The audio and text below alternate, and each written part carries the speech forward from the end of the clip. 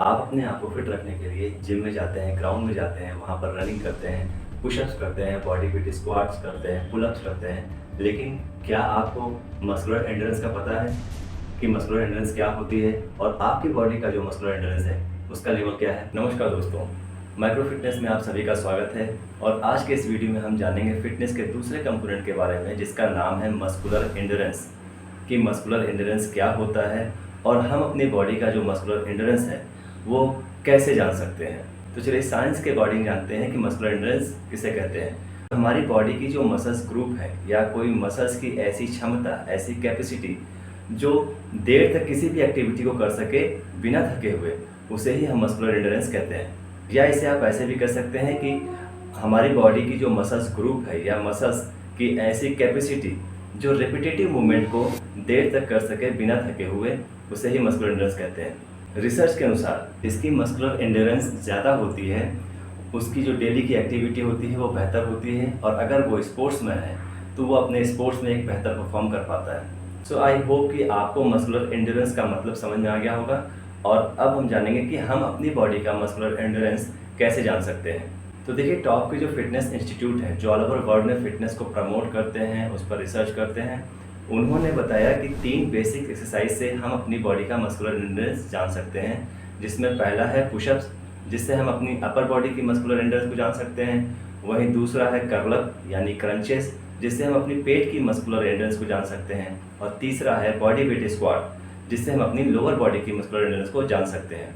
तो आज की वीडियो में हम पुशअप्स टेस्ट के जरिए जानेंगे कि कैसे हम अपनी अपर बॉडी की मस्कुलर एंड्योरेंस को जान सकते हैं कि उसकी लेवल क्या है। अब चलिए जानते हैं कि इस टेस्ट को करने के लिए किन किन चीज़ों की जरूरत पड़ेगी। तो पहला है एक मैट। अगर आपके पास मैट नहीं है तो आप इसे प्लेन साफ सुथरी जगह पर भी कर सकते हैं। दूसरा, आपको 3 इंच का एक फोम ब्लॉक चाहिए। अगर फोम ब्लॉक नहीं है तो आप टॉवल को रोल करके उसका भी यूज़ कर सकते हैं, पर ध्यान रखिएगा कि उसकी भी हाइट लगभग 3 इंच के बराबर होनी चाहिए। और तीसरा है पार्टनर की, जो पुशअप्स करते समय आपके पोस्चर को एनालाइज करेगा और आपके द्वारा किए गए पुशअप्स को काउंट करेगा। अब आपको पुशअप्स की पोजीशन बनानी है और इसके लिए आपकी जो हाथों की चौड़ाई है वो शोल्डर के बराबर होनी चाहिए और साइड से देखने पर आपके हाथ शोल्डर से थोड़ा नीचे होने चाहिए और आपके कंधे और आपकी जो कमर है वो एक अलाइन में होनी चाहिए, यानी सीधी रेखा में होनी चाहिए। आपकी कमर नीचे झुकी हुई नहीं होनी चाहिए। अब जब आप पुशअप्स की पोजीशन बना लेते हैं तो आपका पार्टनर फोम ब्लॉक या टॉवल को आपके चेस्ट के नीचे रखेगा और आपको पुशअप्स शुरू कर देना है और उसे काउंट करते रहना है जब तक कि आप थक ना जाएं। उसे आप करेंगे और जैसे ही आप थकते हैं या आपका बॉडी का पोस्चर गड़बड़ होता है, आप पुशअप्स को रोक देंगे और आपके द्वारा किए गए पुशअप्स के नंबर्स को एक डायरी में नोट कर देंगे। इस पुशअप्स को करते समय ध्यान देना है कि जब भी आप नीचे आएंगे तो आपका चेस्ट जो है वो फोम ब्लॉक को टच करेगा और जब भी आप ऊपर जाएंगे तो आपके हाथ बिल्कुल सीधे हो जाने चाहिए और इस पूरे मूवमेंट के दौरान आपका पोस्चर जो है वो मेंटेन रहना चाहिए। अब आपने जितना भी पुशअप्स किया उसका कंपैरिजन स्क्रीन पर दिख रहे चार्ट से करें। इसमें ऊपर में कैटेगरी दी हुई है, बगल में एज ग्रुप दिया हुआ है। मान लीजिए आपकी एज 20 से लेकर के 29 साल के बीच है और आपके द्वारा किए गए जो पुशअप्स के नंबर हैं वो लगभग 36 के आसपास आ रहे हैं, तो इसकी कैटेगरी एक्सीलेंट है। इसका मतलब कि आपकी जो अपर बॉडी की जो मस्कुलर एंड्योरेंस है वो एक्सीलेंट लेवल की है और इसके लिए आप जो वर्कआउट कर रहे हैं, जो रूटीन फॉलो कर रहे हैं, उसे करते रहें।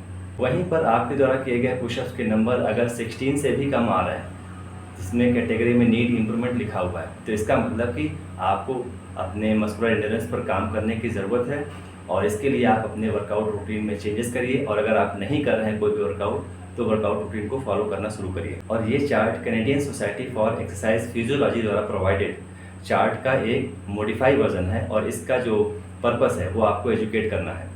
तो चलिए अब जानते हैं कि ये टेस्ट किन लोगों को नहीं करना है। तो जिनके जॉइंट्स में पेन रहता है, जैसे रिस्ट में, एल्बो में, शोल्डर में, कमर में पेन है, ऐसे लोगों को ये टेस्ट नहीं करना है।